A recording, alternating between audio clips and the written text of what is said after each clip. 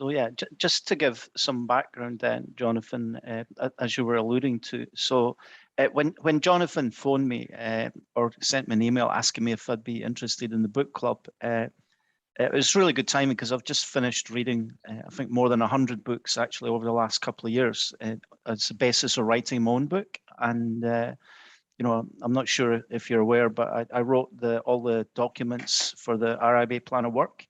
And I've written quite a few books on design management, but I felt the time was necessary to, if you like, up the ante in terms of what I see.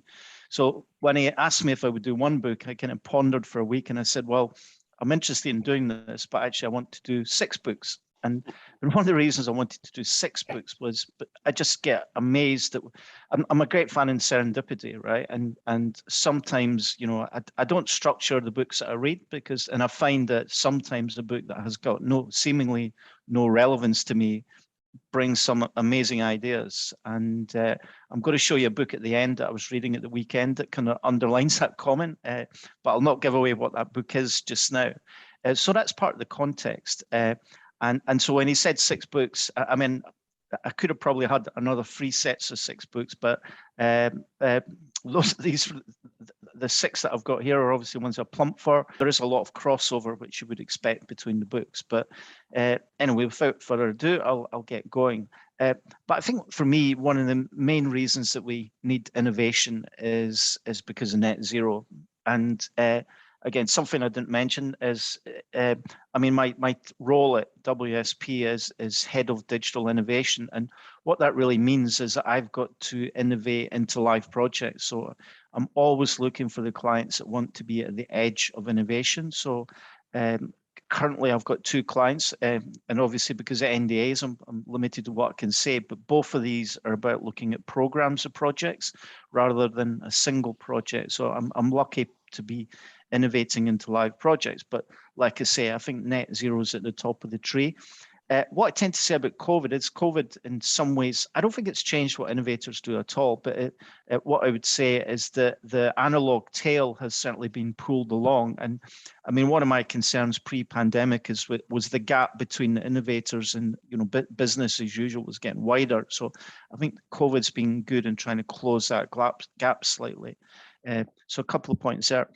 And of course, the other thing that I constantly, my mind chews is really this whole topic about, to what extent do we collaborate and to what extent do innovators have to have their own space to come up with ideas? Because, the old classic one about Henry Ford saying, well, if I'd asked them what they wanted, they would be asking for faster horses. And I think sometimes when you're in, it used to be Post-its, now it's mural kind of rooms with people populating things. I think that is a requirement to collaborate, but I think a lot of innovation just comes from people trying to think of ideas and then take them to market. And the interesting thing about this quote as well about faster horses is it turns out it's not true. And some AI researcher actually found that the quote attributed to Henry Ford came from a conference in 1966 because they tracked all reference to the quote.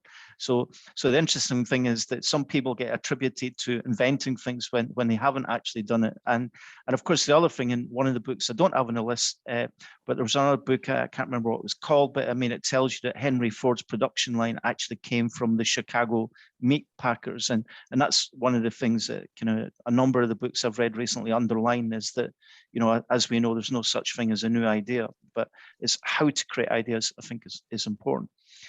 Now, another thing, because obviously construction industry is my day job and some of you might be in infrastructure, but a question I've posed recently to people, which seems to hit some people's buttons, is construction a methodology or a philosophy? And it's a really, I do counsel you to ask that question because, of course, most contractors would say, well, it's a methodology, of course, because, I put one brick on top of the other, I take the drawings and I make something. It's a methodology. But I would argue that the reason that we're not gaining the, manufacturing industries had 160% productivity improvements for the last 10 years. And the reason I think construction industry is not capitalizing on those is because people see it as a methodology. If clients keep pushing bespoke briefs. If architects keep designing bespoke buildings, then nothing changes. So some of the projects I'm doing just now are about that end-to-end transformation. You've got to change the design process if you're going to capture those gains. So I think that's, so anyway, just a couple of kickers into the first book. Dale's first book is The Nature of Technology by W. Brian Arthur. Now, I'm going to answer Jonathan's question because I think I read this book, I think about 4 months. Yeah, I read this at Christmas, actually, this year when I was on holiday. And I think, Jonathan, the answer is this is your next book. This book actually blew me away.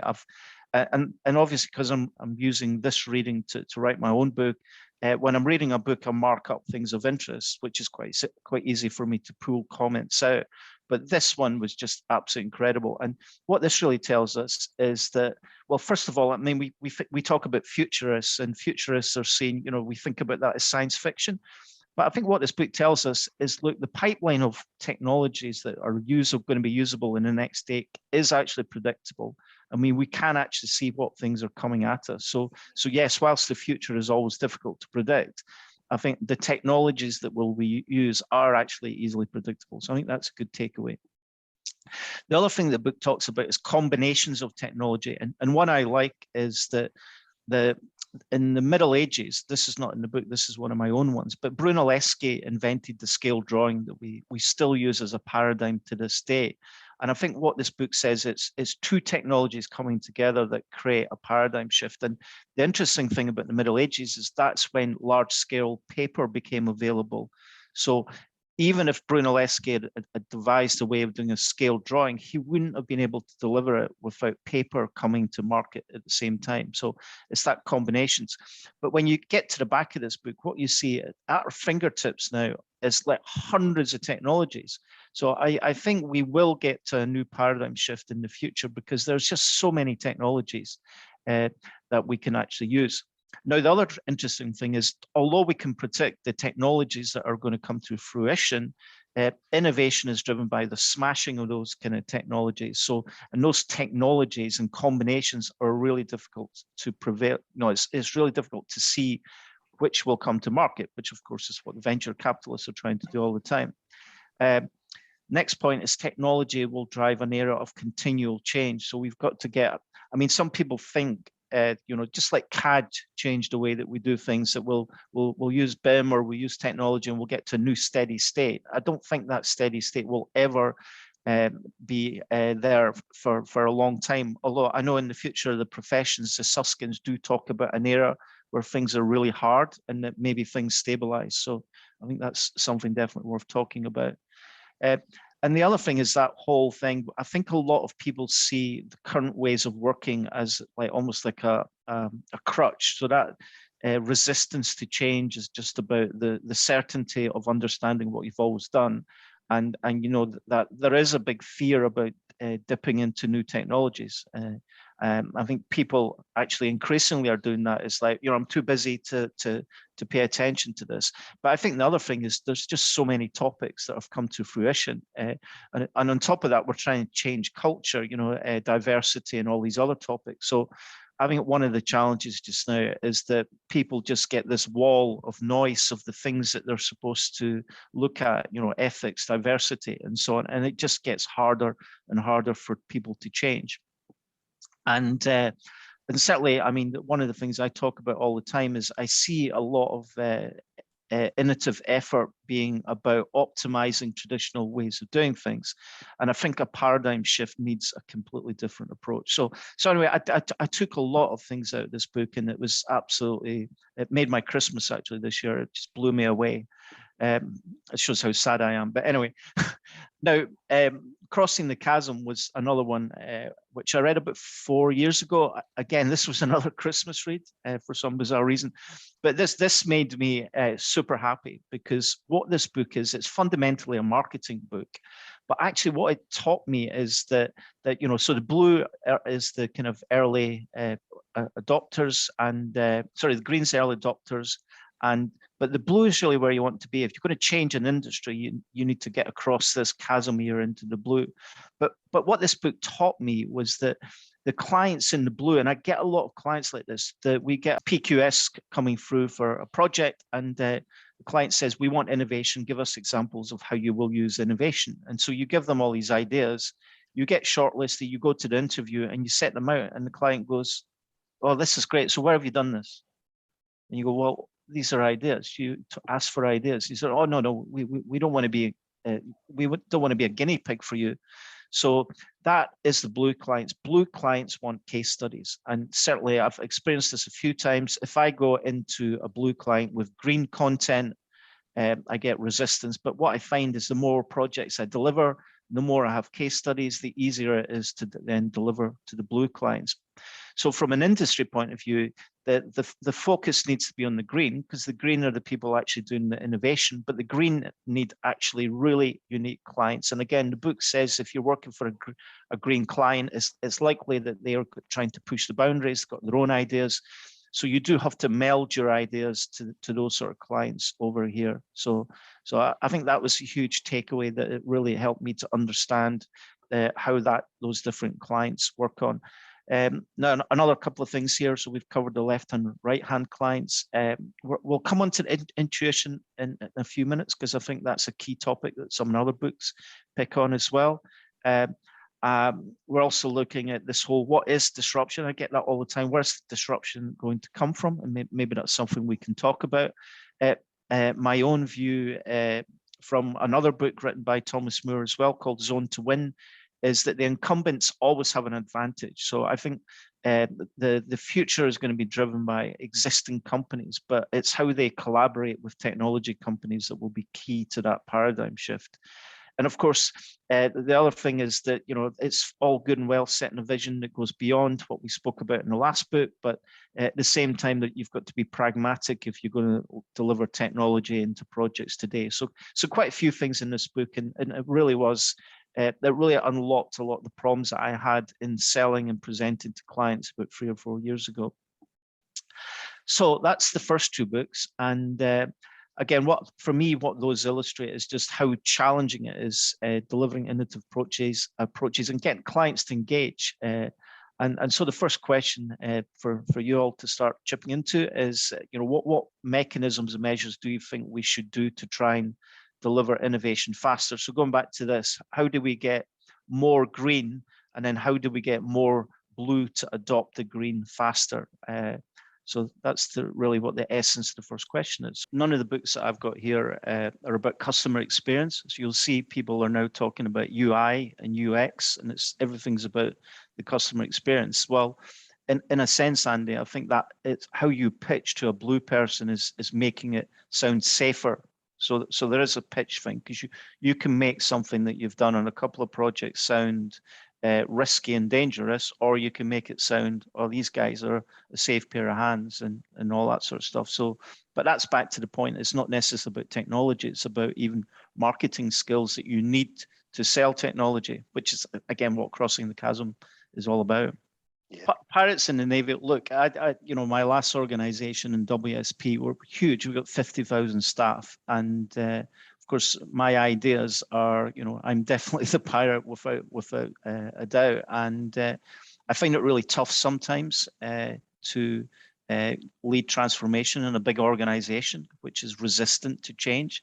And so this book, it did tell me a few things, and it resonated with some of the other things that I've kind of read as well. And I've got a process on a Friday. I never try and do project meetings on a Friday, because they're the sort of thing that just, I don't know, I get very negative vibes. So I always have calls on a Friday afternoon with other innovators or with tech companies and people that are pushing to the future, because it's just a great way for me to end the week with a really kind of positive vibe about what I do. So this book was quite good, because a lot of it's quite obvious things about politics and so on in larger organizations. But I think the first point is most relevant. Most businesses are, and this again is back to Thomas Moore's writing as well, is most businesses are run to do what business as usual, and delivering change and innovation into projects is not what they're used to doing.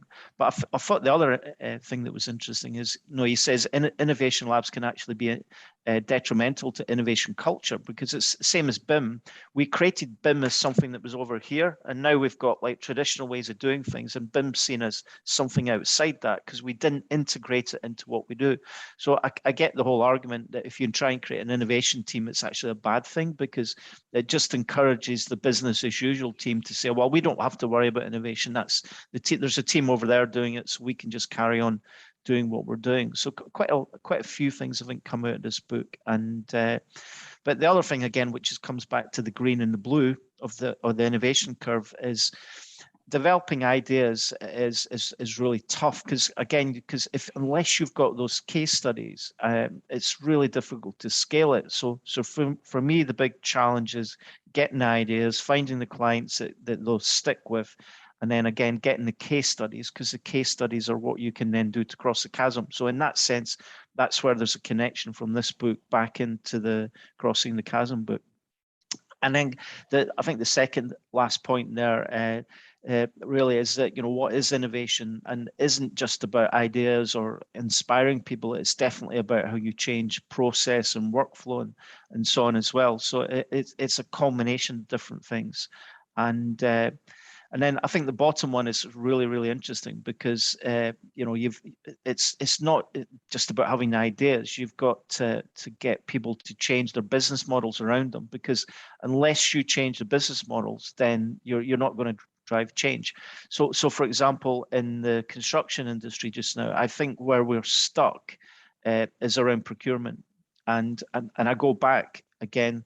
I think the ultimate irony with the construction industry was the scale drawing 600 years ago disintermediated the master builder from the architect, because before that the master builder was on site.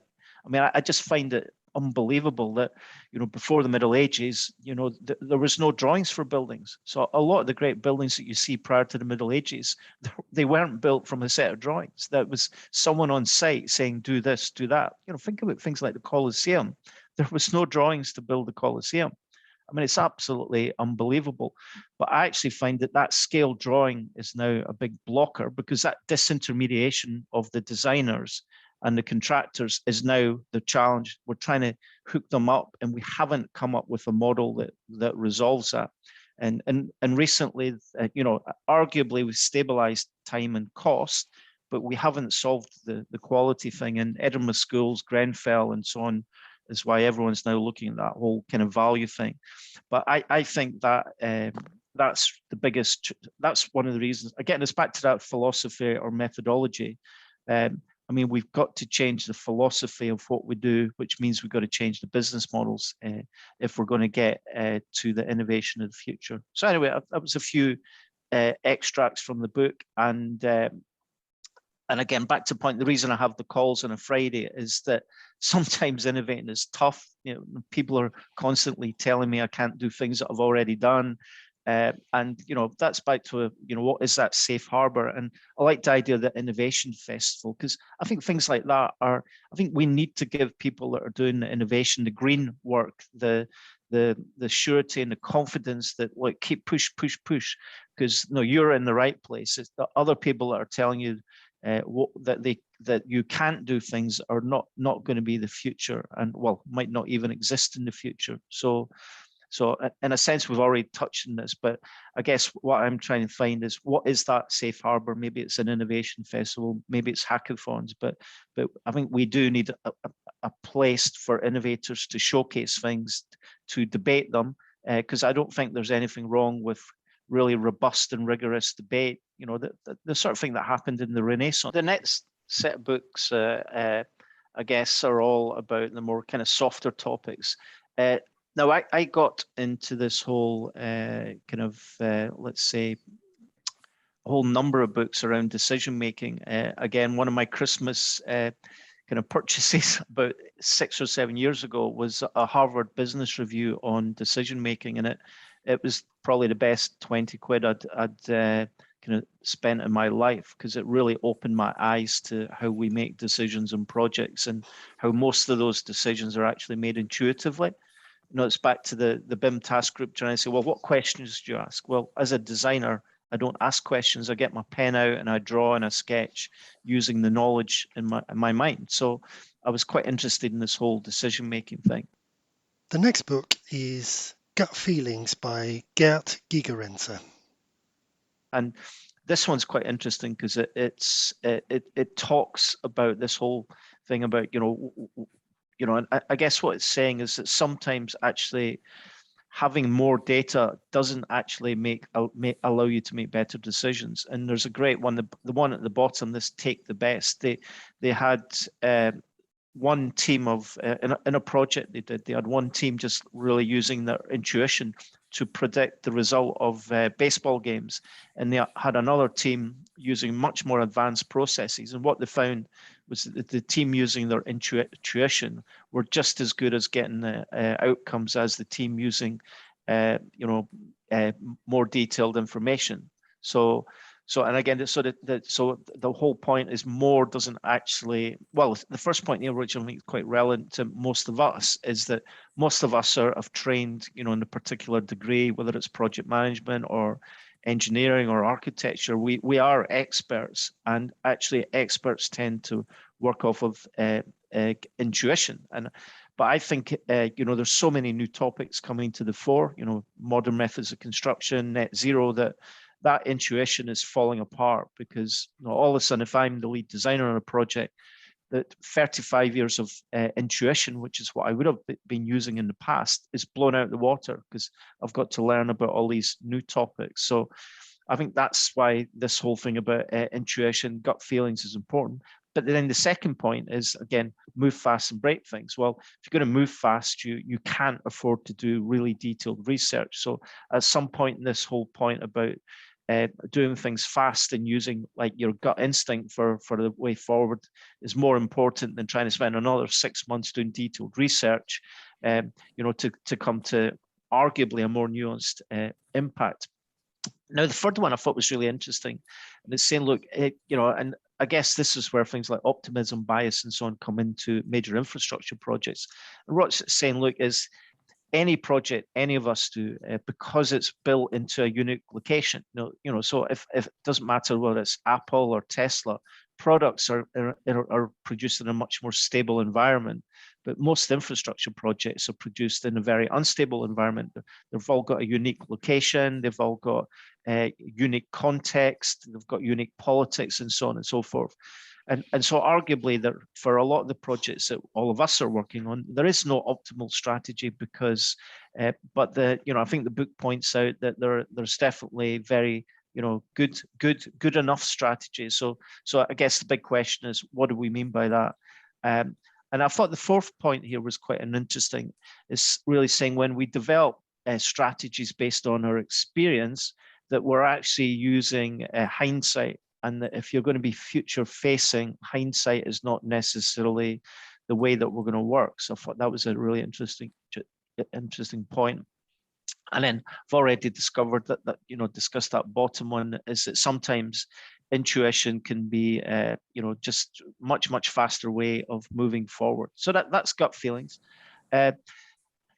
A whole new mind is really, and I actually did a talk to a school recently on this because when I was at school, I was kind of brought up in maths and physics, and then so going into an architecture degree was quite interesting for me, and sometimes say that the first 2 years where I was like a bucking bronco, as the architecture degrees trying to get me to move from left brain to right brain. But I mean, I guess where most people are thinking now is that if things are rules based, then they'll be on the left hand side of your brain, and therefore there'll be less demand for left brain thinkers in the future.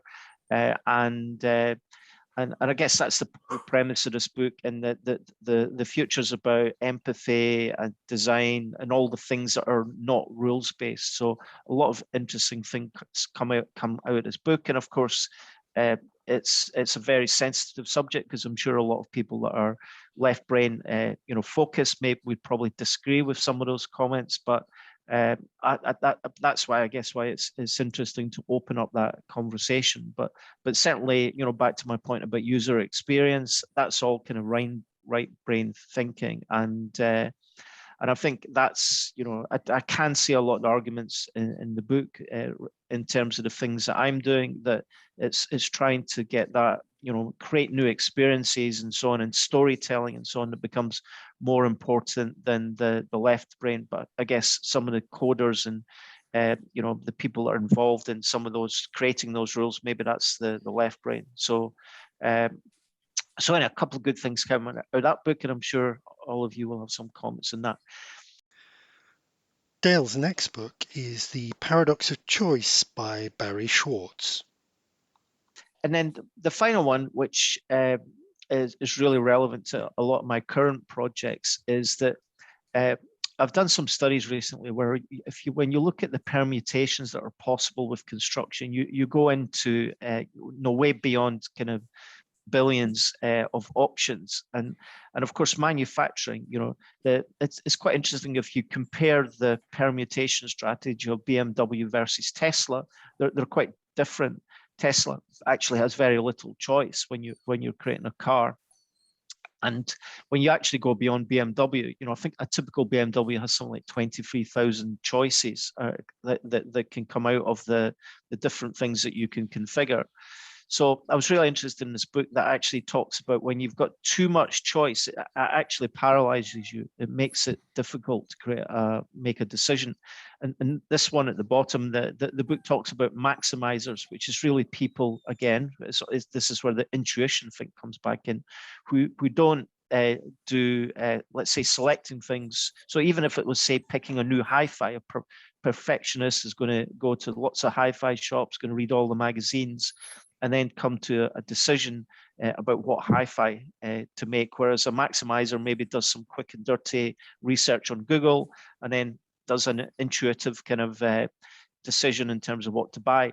And what the book says is that the challenge for the perfectionists is that things are moving so fast that the second you've spent 3 months deciding what hi-fi to buy, and then you purchase it, the next week an article comes out for a new amp or whatever it might be. And then the perfectionist then is like, oh, I've made the bad decision, because if I'd waited 2 weeks, I would have got this new product. So some really, really interesting things in here about how too much choice actually is not a good thing, and making the right level of choice is the right thing to do. And of course, if we give people less choice, then it allows, I guess it just makes decisions much, much easier. And the third point I think is really interesting is that, through Google, we're actually, making a lot of our choice based on, secondhand information. And I guess this is where things like fake news come into the things. So a lot of things that we're using to make choices is not based on our intuition and personal experience. It's based on and what we're being fed from Google and other things. So yeah, a couple of things coming out of that. And so the question here was not exactly a pithy of a question, but it was just really about what does everyone think about these different things that come out of intuition or empathy and right brain thinking, and what do we maybe need to do to manage some of these topics, and moving into the future. I just started reading a new book at the weekend, and an absolute brilliant book. So here's my bonus book, is called Curious. And one of the things I say about the people in my team is that I think that passion is really important in the future, because there's so many topics that we need to deal with. Like trying to press gang people to look at things just never works.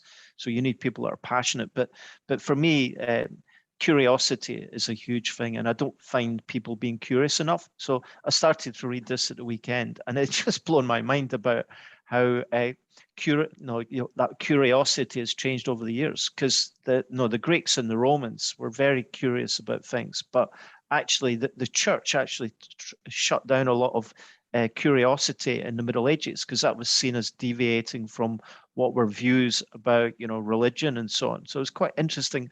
There's different chapters on this, but they talk about the history of curiosity, which I'd never really thought about before. So it's quite interesting. Obviously, I'm only halfway through, so I can't tell you what happens at the end.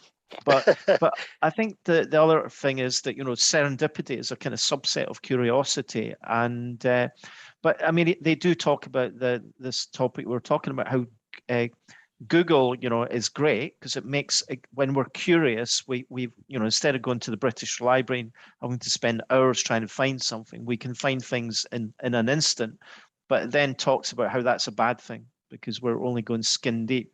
And it does talk about the disadvantages, well, the pros and cons of Google as a source of knowledge. So anyway, I'm finding some brilliant kind of takeaways in this book, and yeah, it's like I say, it just comes back to the point. I don't know where I get some of these books from, but I've got a list on my Amazon list, which is, I've still got another 100 in there that I keep kind of randomly purchasing, and every book I read, gives me new ideas. So, and I guess I find reading books is, for me, that mechanism of moving beyond the simplicity of Amazon, if you like, into new topics, which always, every day I learn something new, which I think is great, and is essential in this kind of age of change.